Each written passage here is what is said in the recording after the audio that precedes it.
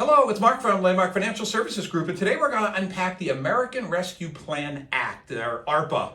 You gotta love Congress for coming up with these names. Anyway, we're going to unpack it in two different videos. One is going to be about the credits associated with parents and their children, and what kind of credits are available and how they've been expanded. The second is we're going to unpack today in this video, and it's got some of the other major provisions in the Act. So let's get started. The first and most important one are the stimulus checks that we're all very familiar with. So let's talk about what that is. Each person who meets a certain income limit will be given a $1,400 or up to a $1,400 check per person in their household. Now, this is the way it works. If your adjusted gross income as a married couple filing joint return is below 150 grand, you're going to get the full check. If your adjusted gross income is between 150 and 160, that check for each person will be phased out. And by the time you get past 160, you're not going to get a check. If you're a single filer, everything is cut in half. So it's $75,000 and below, you get the full check. If it's between 75 and 80, you get a phase down, and by the time you're past 80,000, you're not going to get a check. So how is the IRS determining what your adjusted gross income is? Well, first they're going to look to see if you filed a 2020 return, and they're going to use the information on the 2020 return to decide if you meet the requirements for getting the check.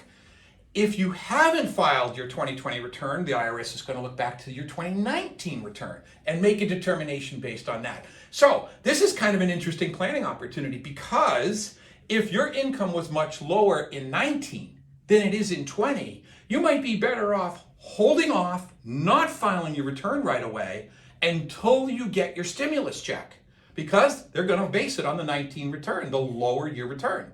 If, on the other hand, you're expecting 2020 to be the lower of the 2 years, you're going to want to get that return filed right away. Okay, so that's a quick pick at the stimulus checks. Two other interesting things.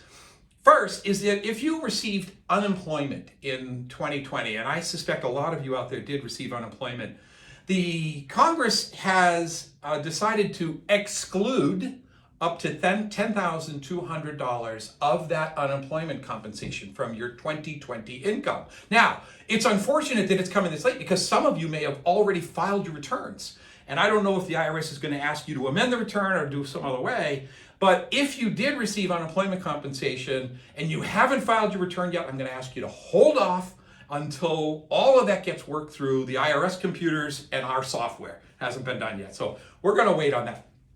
And the last thing I want to just briefly talk about is student loans. And if the new law allows for if you are discharged from a particular type of student loan, that means it's forgiven, you don't have to pay it, then usually that income is taxable to you. But this new law allows for certain kinds of loans to be excluded from your income, starting in 2021 and going all the way to 2025.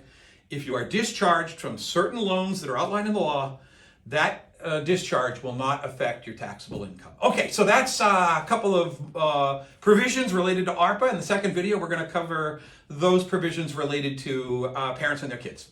Okay, thanks for listening.